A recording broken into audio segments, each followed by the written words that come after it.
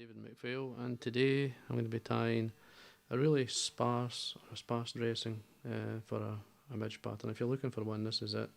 This is, you can tie this right down to whatever size you like. I would say optional would be having the marabou here at the tip for the breathers, and mainly fish without them, but I'll show you how to tie them in, how I like to tie them in anyway, especially when you've got like in this case I've got sunburst goose bites for the wing buds. I've got some pearl on the top for the thorax cover. Basically then it's just thread. I'll show you the thread I'm going to be using. Firstly I'll take away the hook or the fly.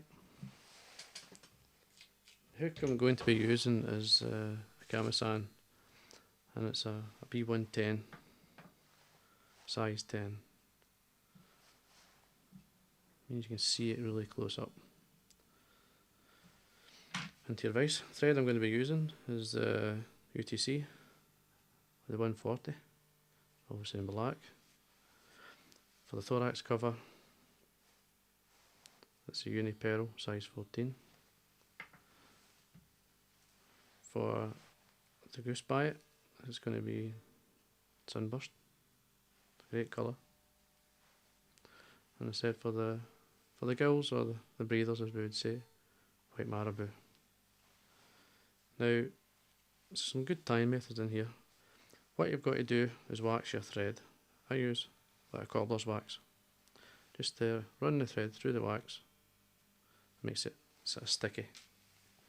Because what you're going to do here, put your thread at the back, just catch your thread round and do 1, 2 turns down over the thread like you're going to catch the thread in, and then bring it up, forming the rib with the main thread from the spool.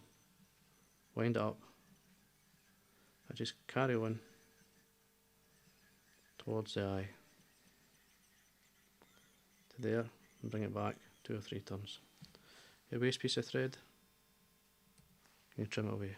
And remember, you're going to be varnishing this fly, so really this will hold no problem.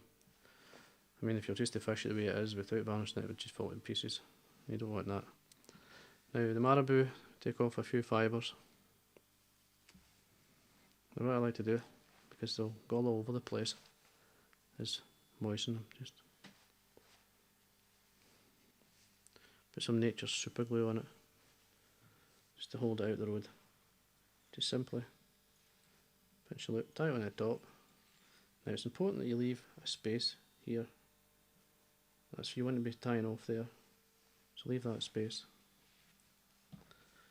Trim away the waste. Just then form your thorax using the thread just now. Just run it down. Okay. Now we're tying the thorax cover on the top. Just a loose turn, single turn just holds it. And then get 2 goose bite fibres, just tear them off. Now, as you can see, there, I'm just going to trim the points away. Okay, just offer them on the side, slide them down. Just take your time at this point. So there's, when you're tying them in, the waist is the length of the thorax. This will help keep it nice and even. Now you want, as you can see, the natural fibre curving away from the hook, because it has a natural curve. That's the way I like to get it, because when you bring these round, it curves. Actually curves round the thorax. Now don't make the thorax too heavy. I would probably say take it up, tighten up, bring it 2/3 down, and bring it back up. And then bring your thread in front. Okay? Make sure that stays nice and wet. Now what I do here is I bring both goose bites on either side and I lift the marabou